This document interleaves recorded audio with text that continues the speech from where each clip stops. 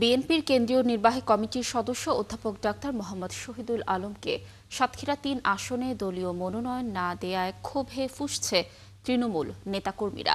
এরই ধারাবাহিকতায় টানা ষষ্ঠ দিনের মতো সোমবার কালীগঞ্জে হিন্দু সম্প্রদায়ের বিশাল সমাবেশ ও বিক্ষোভ মিছিল অনুষ্ঠিত হয়। কালীগঞ্জ বাজার ব্রিজের উপর ঘণ্টাব্যাপী এই সমাবেশে উপজেলার বিভিন্ন ইউনিয়ন থেকে হাজারো নেতাকর্মী ও হিন্দু সম্প্রদায়ের মানুষ অংশ নেন।